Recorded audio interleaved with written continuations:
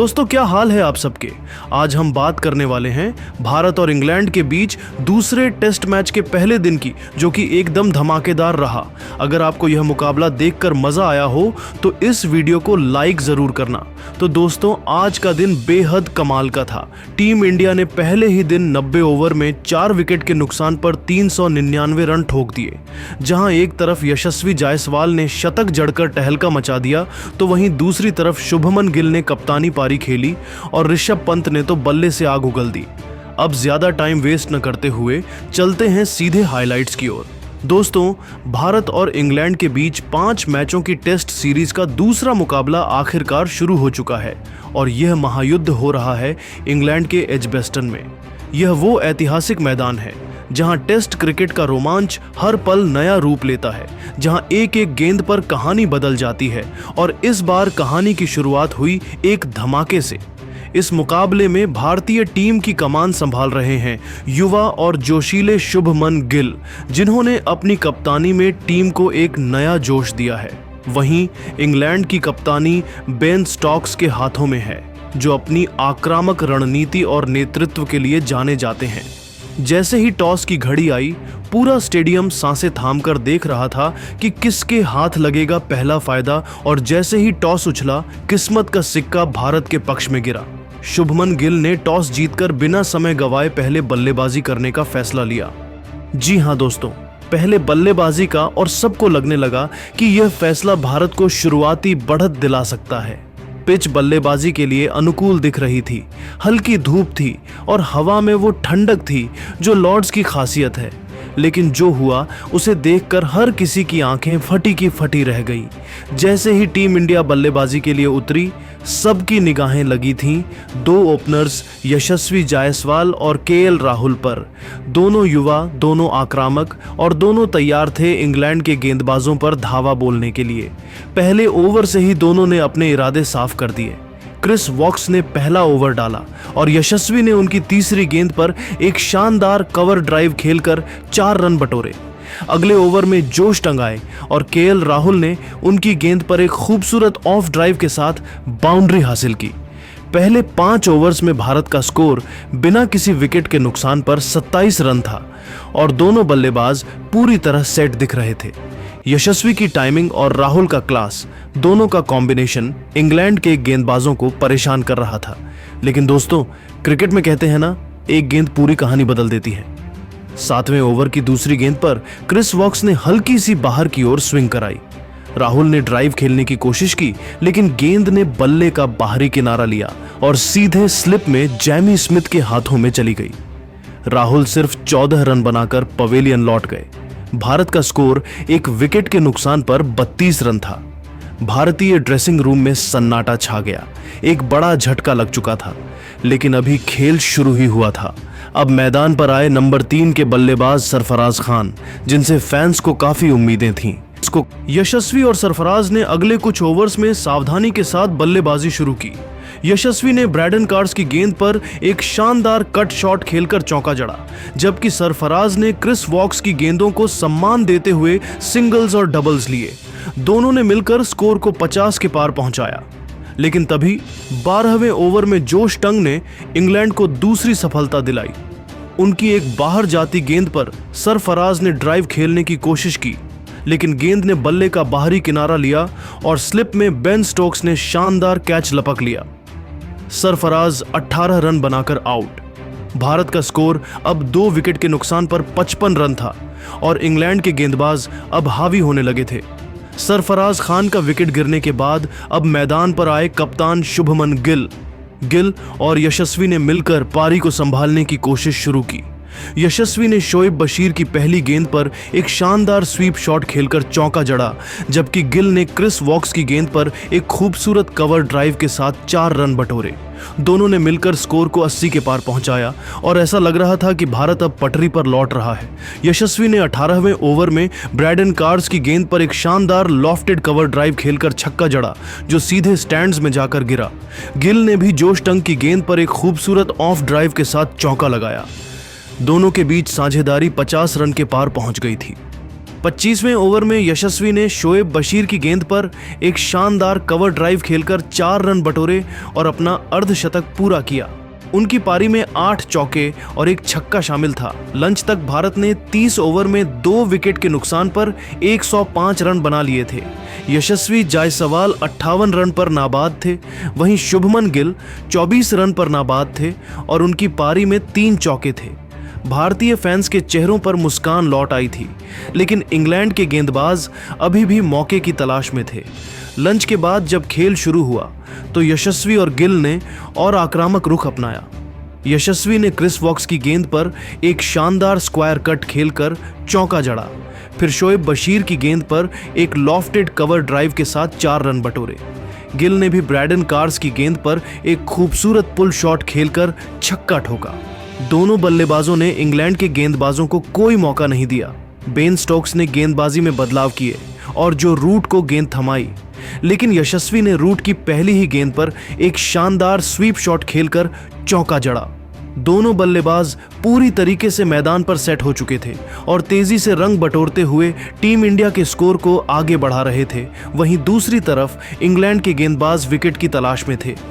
गिल ने 40वें ओवर में जोश टंग की गेंद पर एक खूबसूरत ऑफ ड्राइव के साथ अपना अर्धशतक पूरा किया। उनकी पारी में 6 चौके और एक छक्का शामिल था। दोनों के बीच साझेदारी अब 100 रन के पार पहुंच चुकी थी और भारत का स्कोर 3 विकेट के नुकसान पर 1800 रन था। जहां एक 180 छोर से यशस्वी जायसवाल चौके और छक्के लगाकर इंडिया के स्कोर को रॉकेट की रफ्तार से आगे बढ़ा रहे थे, तो वहीं दूसरी तरफ कप्तान शुभमन गिल भी कंधे से कंधा मिलाकर उनका भरपूर साथ दे रहे थे। लेकिन तभी 42वें ओवर में शोएब बशीर ने इंग्लैंड को तीसरी सफलता दिलाई। उनकी एक फ्लाइटेड गेंद पर गिल ने लॉफ्टेड शॉट खेलने की कोशिश की, लेकिन गेंद टर्न हुई और बल्ले का किनारा लेकर स्लिप में ओली पोप के हाथों में चली गई। शुभमन गिल 62 रन बनाकर आउट हो गए। इस तरीके से टीम इंडिया को तीसरा बड़ा झटका लग गया। भारत का स्कोर अब 3 विकेट के नुकसान पर 150 रन था। गिल की पारी में 7 चौके और एक छक्का शामिल था। ये एक बड़ा झटका था क्योंकि गिल पूरी तरह सेट दिख रहे थे। शुभमन गिल का विकेट गिरने के बाद अब मैदान पर आए ऋषभ पंत, जिनका अंदाज टेस्ट क्रिकेट को भी T20 जैसा बना देता है। यशस्वी और पंत ने मिलकर पारी को और तेजी से आगे बढ़ाया।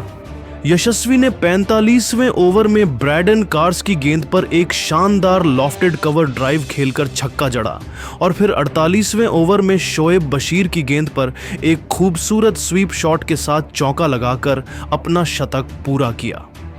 स्टेडियम में तालियों की गड़गड़ाहट गूंज उठी। ड्रेसिंग रूम में शुभमन गिल, रविंद्र जडेजा और कोचिंग स्टाफ की मुस्कान कैमरे में कैद हुई। यशस्वी की 100 रन की पारी में 12 चौके और 3 छक्के शामिल थे। यह एक ऐसी पारी थी जो सिर्फ स्कोरबोर्ड पर नहीं बल्कि क्रिकेट इतिहास में दर्ज होने वाली थी। यशस्वी जायसवाल का टेस्ट क्रिकेट में यह 6वां शतक था। पंत ने भी अपने ट्रेडमार्क शॉट्स की झड़ी लगा दी। उन्होंने क्रिस वॉक्स की गेंद पर एक रिवर्स स्वीप खेलकर चौका जड़ा और अगली ही गेंद पर एक लॉफ्टेड शॉट के साथ छक्का ठोक दिया। दोनों के बीच साझेदारी 50 रन के पार पहुंच गई थी। टी ब्रेक तक भारत का स्कोर 3 विकेट के नुकसान पर 245 रन था। यशस्वी जायसवाल 108 रन पर नाबाद थे और ऋषभ पंत 42 रनों की पारी खेलकर मैदान पर डटे हुए थे। भारतीय फैंस अब जोश में थे और इंग्लैंड के गेंदबाज थकते नजर आ रहे थे। टी ब्रेक के बाद जब खेल शुरू हुआ तो यशस्वी और पंत ने और आक्रामक रुख अपनाया। यशस्वी ने जो रूट की गेंद पर एक शानदार लॉफ्टेड कवर ड्राइव खेलकर छक्का जड़ा, जबकि पंत ने ब्रैडन कार्स की गेंद पर एक स्कूप शॉट खेलकर 4 रन बटोरे। दोनों ने मिलकर स्कोर को 300 के पार पहुंचा दिया। लेकिन तभी 62वें ओवर में बेन स्टोक्स ने गेंदबाजी में वापसी की और यशस्वी को आउट करने का प्लान बनाया। उनकी एक बाहर जाती गेंद पर यशस्वी ने ड्राइव खेलने की कोशिश की, लेकिन गेंद ने बल्ले का किनारा लिया और स्लिप में जेमी स्मिथ ने शानदार कैच लपक लिया। यशस्वी 132 रन बनाकर पवेलियन की तरफ लौट गए। इस तरीके से बेन स्टोक्स ने ऋषभ पंत और यशस्वी जायसवाल की साझेदारी साझेदारी को तोड़ दिया। उनकी पारी में 15 चौके और 4 छक्के शामिल थे।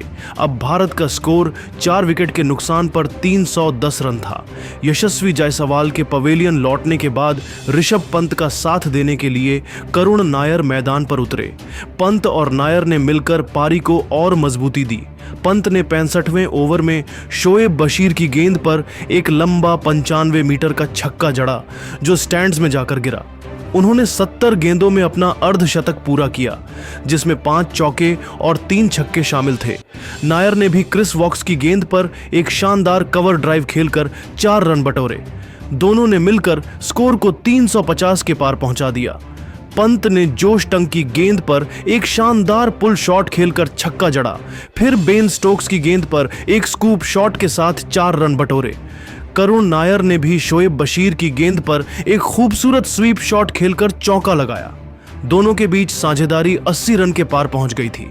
पंत अब 85 रन पर पहुंच चुके थे और शतक बस कुछ रन दूर था। जैसे जैसे दिन का खेल खत्म होने की ओर बढ़ा, भारत का स्कोर तेजी से बढ़ रहा था। पंत और नायर ने इंग्लैंड के गेंदबाजों को कोई मौका नहीं दिया। बेन स्टोक्स ने आखिरी कुछ ओवर्स में खुद गेंदबाजी की, लेकिन पंत ने उनकी गेंद पर एक शानदार लॉफ्टेड शॉट खेलकर 4 रन बटोरे। नायर ने भी क्रिस वॉक्स की गेंद पर एक खूबसूरत कट शॉट के साथ चौका जड़ा।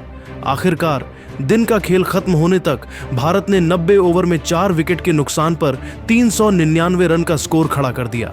ऋषभ पंत 92 रन पर नाबाद थे, जिसमें 9 चौके और 5 छक्के शामिल थे। करुण नायर 5 चौकों की सहायता से 38 रनों की पारी खेलकर मजबूती के साथ मैदान पर डटे हुए थे।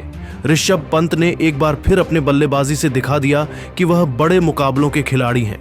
कुल मिलाकर पहले दिन इंग्लैंड के गेंदबाजों ने शुरुआत में अच्छा प्रदर्शन किया, लेकिन दिन के अंत तक वे थक चुके थे। इंग्लैंड के गेंदबाजों ने मिलकर भारत के 4 विकेट जरूर चटकाए, लेकिन यशस्वी जायसवाल, शुभमन गिल और ऋषभ पंत ने इंग्लैंड के गेंदबाजों को दिन के अंत तक पूरी तरह थका दिया। शोएब बशीर ने कुछ अच्छी गेंदें डाली, लेकिन यशस्वी और पंत ने उनकी स्पिन को आसानी से खेल लिया। दोस्तों, यह तो बस पहले दिन की कहानी थी। भारत ने 4 विकेट के नुकसान पर 399 रन का स्कोर बनाकर इंग्लैंड को पूरी तरह बैकफुट पर धकेल दिया। यशस्वी जायसवाल की शतकीय पारी, शुभमन गिल की कप्तानी अर्धशतकीय पारी और ऋषभ पंत की धमाकेदार बल्लेबाजी ने भारत को ड्राइविंग सीट पर बिठा दिया। लेकिन सवाल यह है कि क्या भारत इस लय को बरकरार रख पाएगा? क्या ऋषभ पंत कल अपना शतक पूरा करेंगे? और सबसे बड़ा सवाल, क्या इंग्लैंड के बल्लेबाज जो रूट, बेन स्टोक्स और हैरी ब्रूक इसका जवाब दे पाएंगे या फिर नहीं? आप खुद नीचे कमेंट करके बताइए और क्रिकेट जगत से संबंधित ऐसी ही नई वीडियो के लिए हमारे चैनल को जरूर सब्सक्राइब करिए। धन्यवाद।